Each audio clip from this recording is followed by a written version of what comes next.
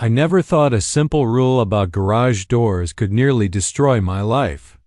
One night, flashing red and blue lights turned my quiet cul-de-sac into a war zone. Neighbors poured onto their lawns, staring as armed officers stormed my driveway. My only crime? Living next to an HOA president who would do anything to protect her power, even if it meant fabricating the most dangerous lie imaginable. That night, the line between neighborhood politics and personal survival vanished.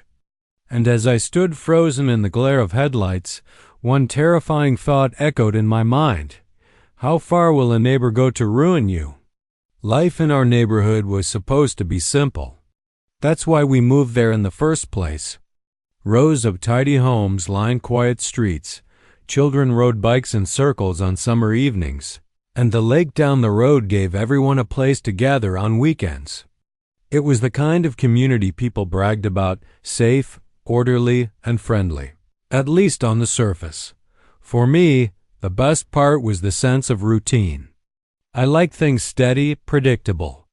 My garage was my sanctuary. Every tool hung on the wall with black marker outlines, every socket in its own slot, the concrete floor spotless. After long days at work, I'd step into that space and feel everything click into place again. That garage wasn't just storage. It was where life made sense. My wife Tina loved the neighborhood for different reasons. She thrived on the social side of things, chatting with neighbors at the mailbox, walking the dog around the cul-de-sac, swapping recipes or book recommendations.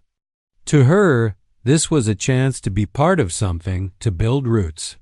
For me, it was peace and order. For her, it was community.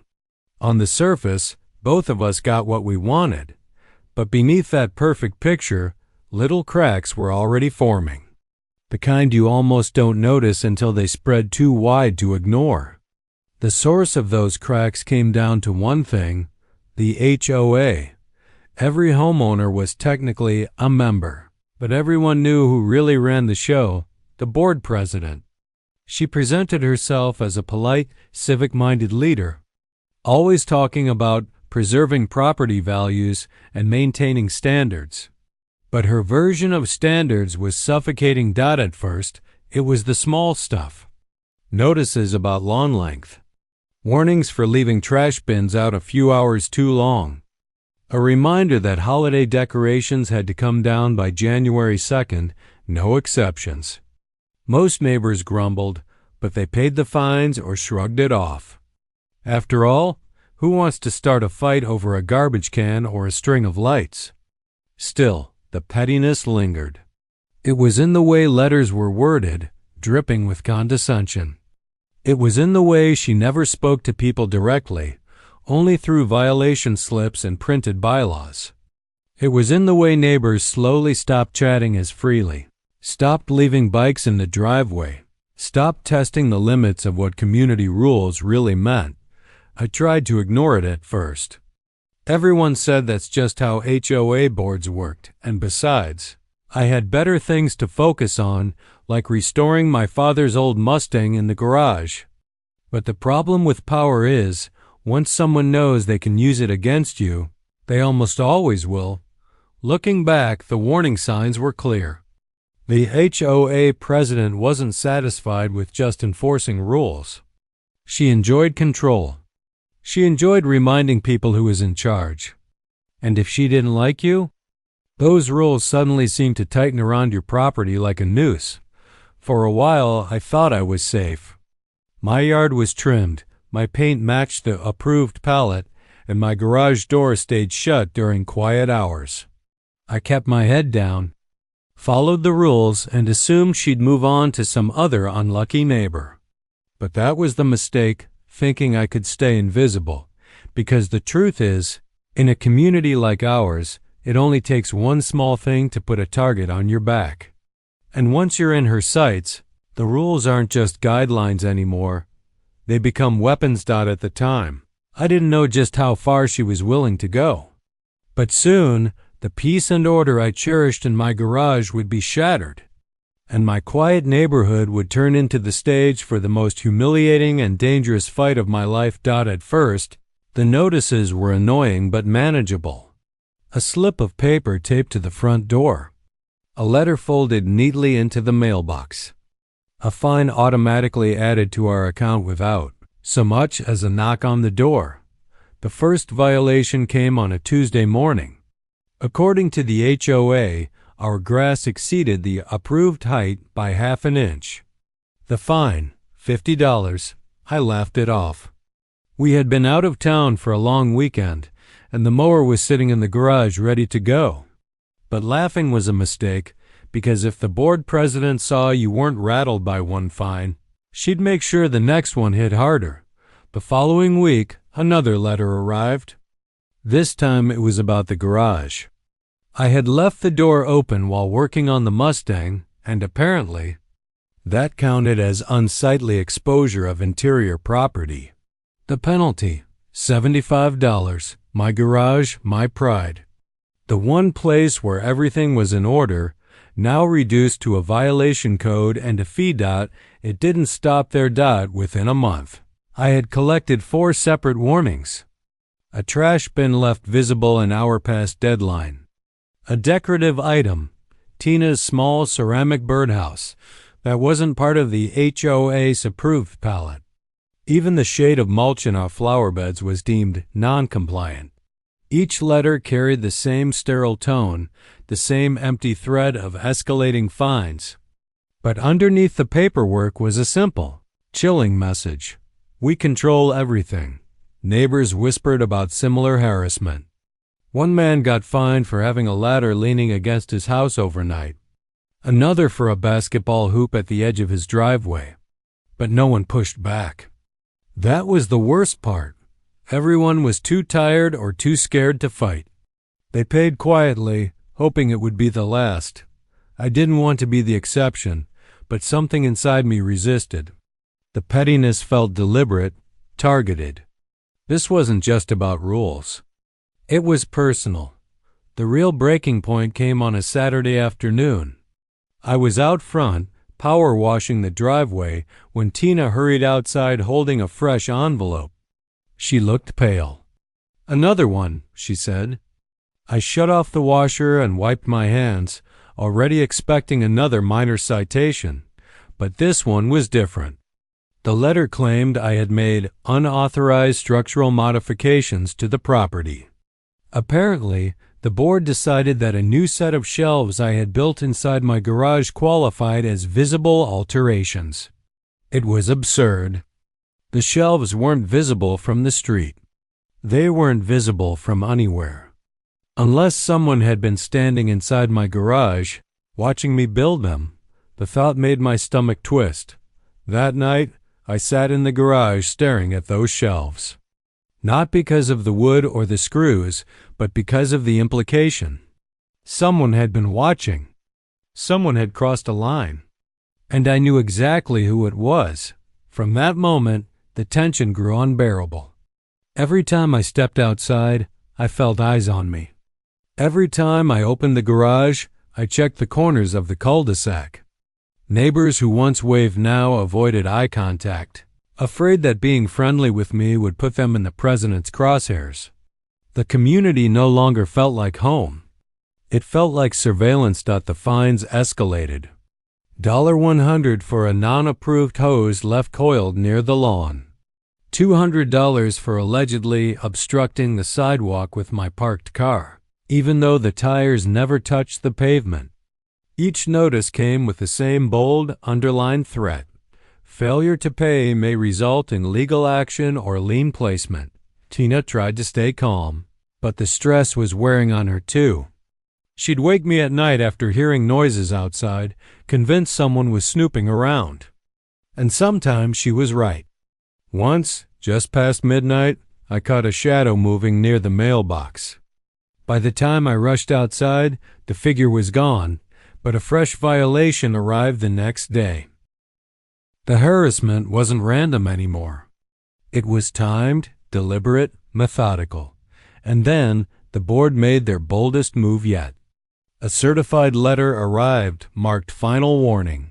It accused us of habitual noncompliance and demanded an immediate hearing before the board. If we failed to appear, they could begin foreclosure proceedings. That word, foreclosure, hit like a hammer. We weren't just dealing with petty fines anymore. They were threatening our home. The hearing was scheduled for a Thursday evening at the clubhouse. I'll never forget the atmosphere when we walked in. The room was half full, mostly board members and their supporters, sitting behind folding tables with stacks of paperwork like it was a courtroom. The president sat in the center, wearing a smug smile. As if she already knew the outcome, she listed the violations one by one, her voice dripping with false civility. Each fine, each warning, each accusation rolled off her tongue like a rehearsed script. When she finished, she folded her hands and gave me a practiced look of concern. And in that moment, I realized this wasn't about enforcing rules. This was about breaking us. If we resisted, they'd crush us. If we submitted, they'd own us. Either way, she won. But she underestimated one thing: I wasn't going to fold. That night, I left the clubhouse with something stronger than fear. I left with resolve. If they wanted a fight, I'd give them one. But it wouldn't be loud and it wouldn't be reckless. It would be methodical, just like the way I kept my garage, every tool in its place, every move deliberate. What they didn't know was that I had already started keeping records. Every violation slip, every letter, every fine, scanned, dated, and logged. Photos of our yard, timestamps of when bins were moved, receipts for every so-called infraction. If they wanted to drag me into a war of paper, I was ready to bury them in it. But even that wasn't enough. Because the next twist in this story was something no one could have prepared for. Something that would turn a petty HOA battle into a full-blown neighborhood scandal. And it all started with a single, unexpected knock at the door. The knock came on a Saturday morning, sharp and insistent, echoing through the quiet street. When I opened the door, 2 uniformed deputies stood on the porch. Their presence sent a chill through my chest before a word was even spoken. They handed me a thick envelope, stamped with the HOA's logo and sealed with legal markings. Inside was the board's boldest move yet. They were filing for a lien against my home. Not just fines anymore. Not just threats on paper. They wanted to lock their claws into the very deed of the house I'd built my life around. I remember Tina's face when I read it aloud. Anger mixed with fear, the kind of fear that gnaws at you because it's no longer abstract. This wasn't about trash bins or grass height anymore. It was about losing everything. And in that moment, fear burned into determination. If they wanted war, I would give them one, not with shouting or desperation, but with proof. Cold, undeniable proof. The next week was chaos. The HOA had scheduled a special community meeting supposedly to discuss neighborhood improvements, but everyone knew what it was: a staged trial. A chance for the president to parade me as an example of what happens when you step out of line. Flyers were tucked into mailboxes. Neighbors whispered. Some avoided us. Others quietly offered support, slipping me knowing looks when the president wasn't watching. When the night arrived, the clubhouse buzzed with nervous energy. Folding chairs lined the walls, every one of them filled. The fluorescent lights hummed overhead, and the air smelled faintly of coffee and fear. At the front sat the board, smug and self-assured, papers stacked neatly like weapons ready to fire. The president rose first. Her voice carried with rehearsed authority, sharp and polished. She recited my violations one after another: non-compliant yard care, unsightly garage use, unauthorized modifications, habitual disregard for community rules. With every accusation, she lifted another paper for effect, letting it fall dramatically onto the pile before her. Each thud echoed like a gavel. Then came her final statement, the demand that the community support the lien on my home. A murmur swept through the room, neighbors shifting in their seats, eyes darting between her and me. This was the moment she had orchestrated, her chance to strip me of dignity and property in one blow. But what she hadn't counted on was that I hadn't come empty-handed. When she finally sat, satisfied, I stood. My legs felt heavy, my heart thudding in my chest, but my voice carried steady. From my bag, I pulled a thick binder and placed it on the table in front of me with a single solid sound. The board president's smug smile flickered. I began with photographs, neatly labeled, time-stamped. The lawn, trimmed to exact standards on the very day of their citation. The trash bins, pulled in long before the alleged violation. Even the shelves inside the garage, invisible from the street, proving their claim impossible without trespassing. Each picture was projected on the clubhouse screen, and each one stripped away another layer of their authority. The room shifted. Neighbors leaned forward. A few gasped softly. Whispers began to ripple, not about my supposed guilt, but about the unfairness of what they were seeing. Next came the letters. Every notice scanned and cataloged, each one riddled with inconsistencies. One demanded removal of an item that didn't exist. Another contradicted a rule from their own bylaw book. I read the passages aloud, highlighting the contradictions. The effect was electric. Their weaponized paperwork had become evidence of their incompetence. The president tried to interrupt, to wave me down, but I pressed on. And then came the final blow, the financial trail. I had dug deeper, tracing fees and fines paid by neighbors over the last 2 years. What I found was staggering. Inflated charges, unexplained administrative costs, money funneled into vague beautification projects that never materialized, one by one. I laid out the numbers side by side with the HOA's own bylaws and budgets. The room grew restless. The murmurs rose into open outrage. People weren't just questioning the fines against me. They were questioning every dollar that had vanished under her leadership. By the time I looked up, the president's mask of control had cracked. Her lips were tight, her knuckles white as she gripped her papers. The condescension was gone. In its place was panic. And then came the moment that tipped everything. A neighbor I barely knew, a quiet man from the end of the street, stood and spoke. His voice trembled at first, but it grew stronger with each word. He revealed his own violations, his own unexplained fines. Another neighbor chimed in, then another. It was as if the dam had broken. The room was no longer hers to control. The board president tried to shout over them, insisting order, insisting she was protecting property values. But the words rang hollow. The louder she yelled, the more people pushed back. And then, the final humiliation. From the back of the room, Tina stepped forward. In her hands, she held her phone, screen glowing bright. With a single tap, the speakers in the clubhouse filled with the sound of a recorded conversation. The president's voice.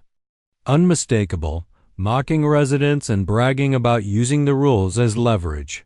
Her words were venomous. Cruel, dripping with contempt for the very people she claimed to serve. The room fell silent, every eye locked on her as her own voice condemned her. When the audio ended, no one clapped. No one spoke. The silence was more powerful than any applause. It was the silence of realization, the silence of people seeing their so-called leader stripped bare. The president sat frozen, pale, and stiff. For the first time, she had no words, no papers to wave, no authority left to wield. And in that silence, the balance shifted. The power she had clung to for years evaporated in a single night. I closed my binder and looked around the room. Neighbors I had barely spoken to were nodding, some even smiling faintly. Not at my victory, but at the thought that maybe, just maybe, they didn't have to live under fear anymore. But even as relief washed over me, I knew this wasn't the end. Exposing her lies was one thing. Dismantling the system she had built was another. The battle wasn't over. It had only changed shape. And the next steps would decide whether this community could ever truly be free of her shadow. The night of the community meeting ended in stunned silence. Neighbors shuffled out of the clubhouse, whispering to one another, eyes wide, carrying the weight of what they'd just witnessed. The president didn't linger. She stormed out before the last chair had even scraped against the tile, her face a mask of rage and humiliation. For the first time in months, I felt a sense of release. But the story didn't end with a single confrontation. What came next would reshape the entire neighborhood and prove just how powerful ordinary people can be when they refuse to bow to petty tyranny. In the days that followed, the board president tried to recover her grip on power. She sent out emails declaring the meeting invalid, claiming the recording had been illegally obtained, insisting that fines were still due and the lien still in effect. But the tone was different now. Gone was the smug confidence. Every word reeked of desperation. The problem for her was simple. No one believed her anymore. The neighbors who had once stayed silent now spoke openly. People compared notes, trading stories about their own unfair fines. They forwarded copies of notices, lined them up against the bylaws, and discovered just how often she had bent or broken the rules. And once trust is gone, it can never be rebuilt. Within a week, 3 other board members resigned quietly, unwilling to go down with her. The treasurer, once her staunchest ally, publicly admitted irregularities in the books. He didn't call it